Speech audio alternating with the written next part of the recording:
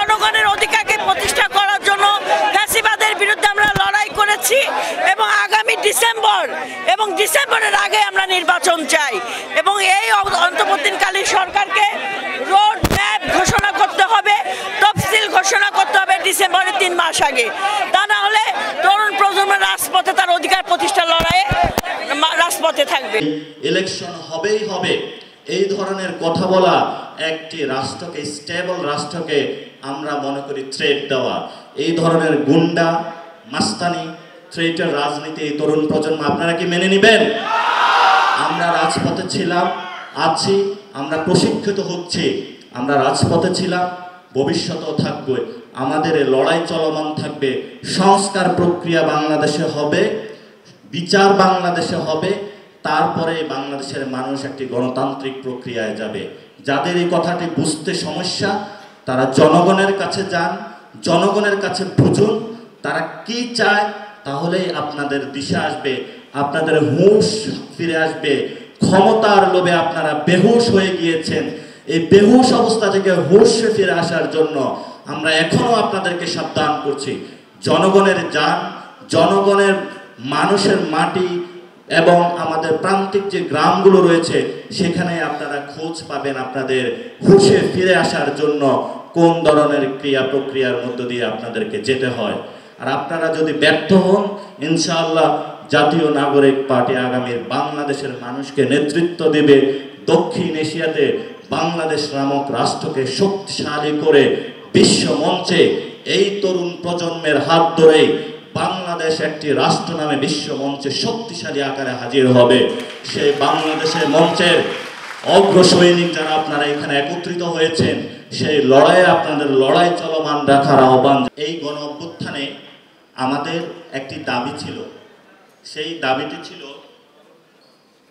আমাদের ফ্যাসিবাদী ব্যবস্থার বিলোপ এবং একটি নতুন বন্দোবস্ত করা, নতুন ব্যবস্থা প্রতিষ্ঠা করা, একটা নিউ পলিটিক্যাল সেটেলমেন্টে যাওয়া।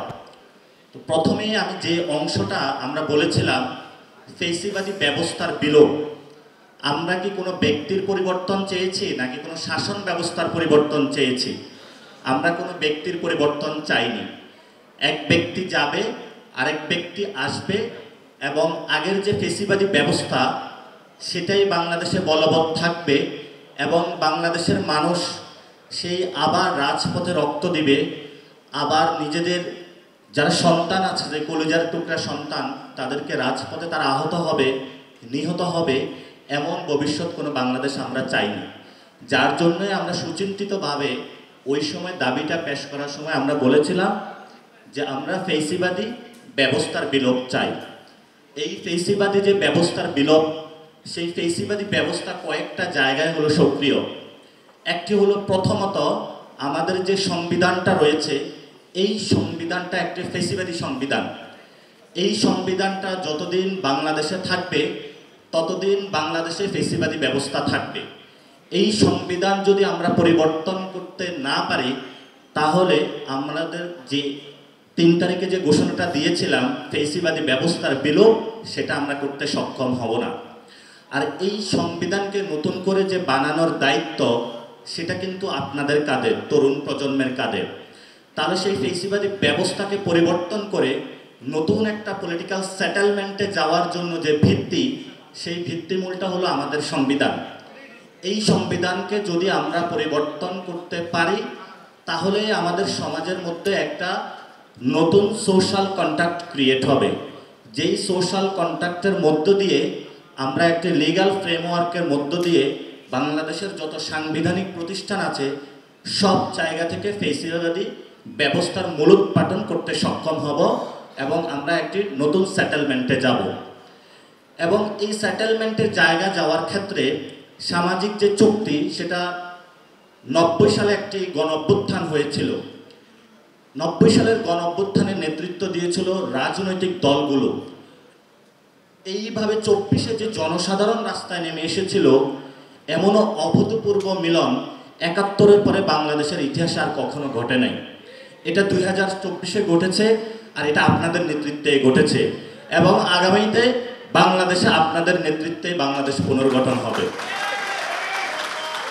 আমরা জাতীয় নাগরিক পার্টির পক্ষ থেকে বাংলাদেশের আপামর জনসাধারণের যে দাবি সংস্কার প্রক্রিয়া, যেটা ঢাকা শহরের প্রত্যেকটি দেওয়ালের পরতে পরতে লেখা ছিল, সেই লেখাগুলো একসাথে করে বাংলাদেশে কী ধরনের আগামী সংস্কার হবে সেই সংস্কারের মৌলিক বিষয়গুলো আমরা একীভূত করেছি।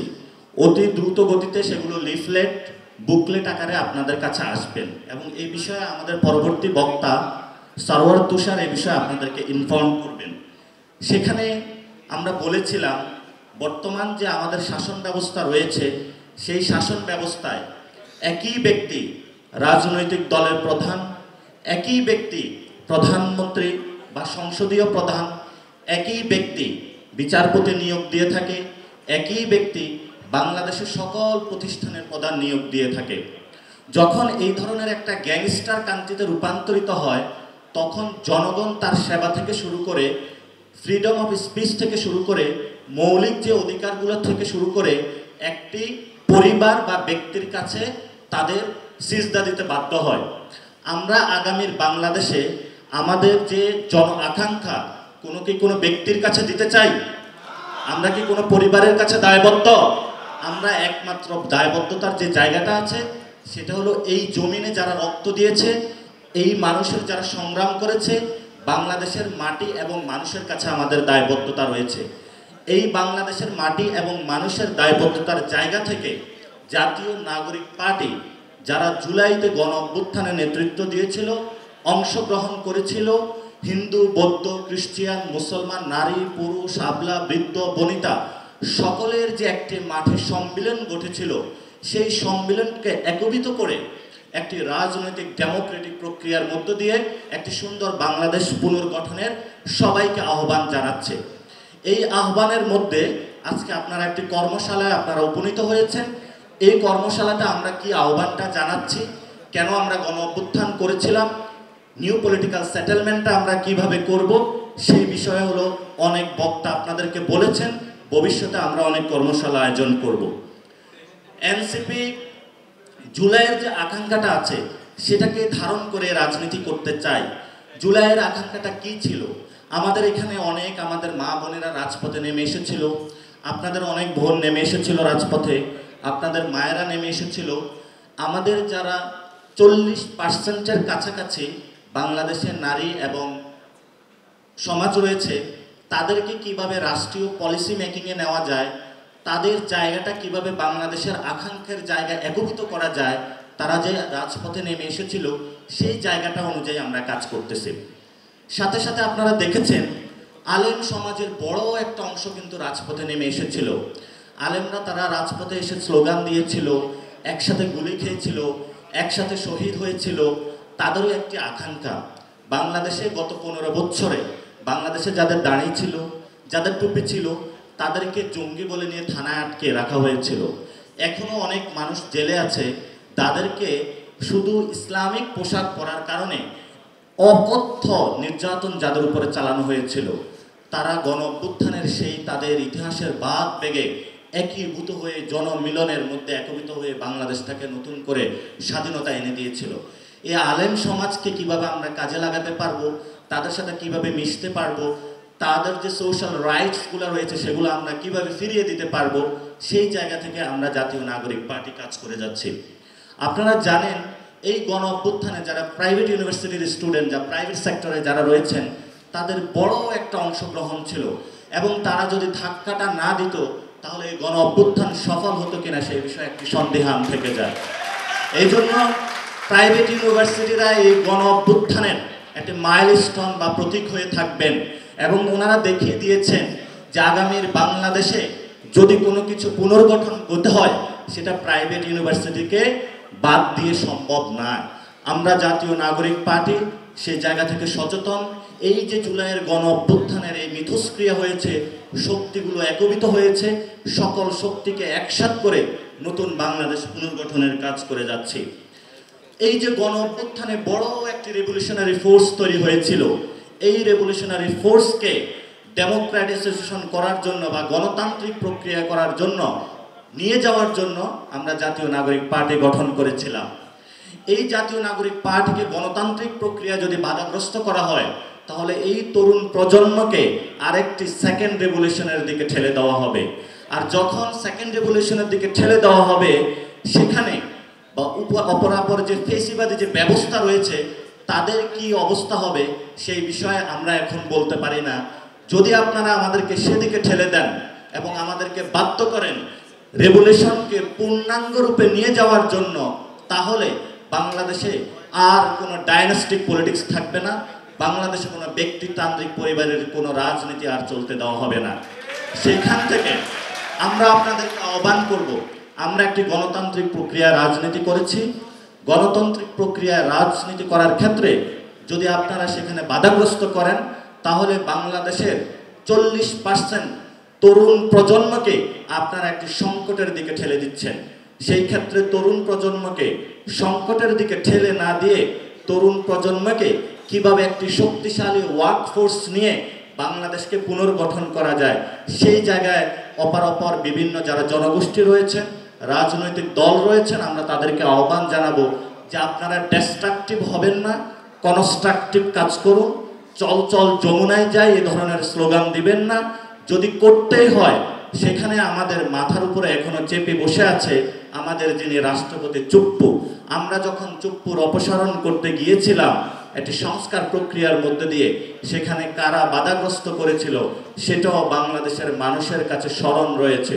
ভবিষ্যতে যদি আওয়ামী লীগকে নিষিদ্ধের ক্ষেত্রে জাতীয় নাগরিক পার্টি মাঠে ছিল, কারা মাঠে আসে নাই সেটাও বাংলাদেশের মানুষ প্রত্যক্ষ করেছে। তারা আমাদের ভাই, তারা আমাদের বোন, তাদের গণ অভ্যুত্থানে আমরা একসাথে ছিলাম। আগামীতেও আমরা 18 কোটি জনতা একসাথে দল মত নির্বিশেষে একসাথে বসবাস করব, একসাথে খাওয়া দাওয়া করব, একসাথে রাজনীতি করব, একসাথে ফ্যামিলি ফাংশনে যাব, একসাথে আমাদের সোশ্যাল যে কন্ট্যাক্ট আছে সেটাতে চালাবো। যদি এখানে কোনো বিচ্ছিন্নতাবাদী আচরণের কেউ চেষ্টা করে, সেটা যে এই তরুণ প্রজন্ম যারা আমাদের আলেম সমাজ রয়েছে, যারা আমাদের মা বোনেরা রয়েছেন, তারা কিন্তু এটা প্রতিহত করে দিবে। কারণ তারা আপনারা রাজনৈতিক দলের পরিচয় দিয়ে যে রাজনীতি শেখাতে এসেছেন, বাংলাদেশের জনগণ একজন রিকশাওয়ালা আপনার তার চেয়ে বেশি রাজনীতি বুঝে। দুনিয়া আপনাদের কাছে পরিবর্তন হয়ে গিয়েছে। আমাদেরকে 90-এর মূলা ঝুলাবেন না।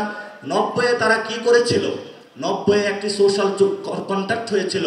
সেই সামাজিক চুক্তির মাধ্যমে লেখা ছিল যে বাংলাদেশে একটি নতুন প্রক্রিয়ার মধ্য দিয়ে রাজনীতি শুরু হবে। কিন্তু সেই 90-এর পরে কি দেখেছি আমরা? 2001 থেকে 2006 পর্যন্ত বাংলাদেশে দুর্নীতির মহা উৎসব আমরা দেখেছি। সেই দুর্নীতির মহা উৎসবগুলো আমরা বাংলাদেশের মানুষ এখনো ভুলতে পারি নাই। এবং সেই যে দুর্নীতির মধ্য দিয়ে বাংলাদেশের অর্থ